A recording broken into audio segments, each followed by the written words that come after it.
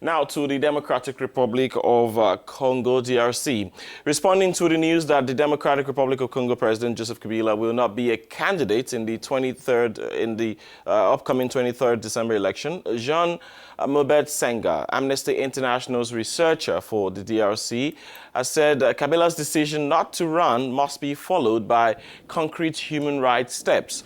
The human rights watchdog researcher also called on the Congolese authorities to ensure media freedom and the release of all individuals still being detained solely for exercising their human rights. And as part of freedom of expression, the country faces many challenges on the security front with the presence of rebel group, on the public health front too, with the return of Ebola epidemic, but also in terms of who the country is one of the largest and most populated in Africa. Jonas Tsh is a Congolese human rights activist, and in an interview with us, we asked him about the crisis of food insecurity and also Ebola that is now affecting the Democratic Republic of Congo. And also we asked if human rights activists, of which he is one, have a role to play in this. Let's listen to him.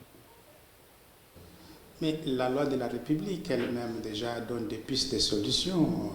Le droit à la vie, à la sécurité alimentaire, à la sécurité privée, à la sécurité des... The law of the Republic itself gives us the possible solutions, the right to life, to food security, to private security, to security of so many elements that protect man and already confined in the basic law.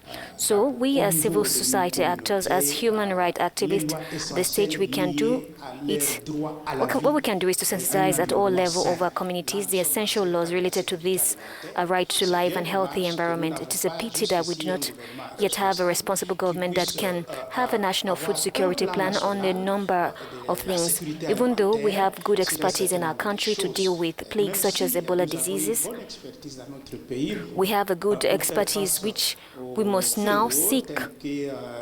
How much means? So as actors of civil society, our role is essentially to lead the advocacy, to lead the citizen control, so that finally we can have a national policy on food security, so that we can have the means to make available to our researchers in the medical field to face situations that happen to us from time to time.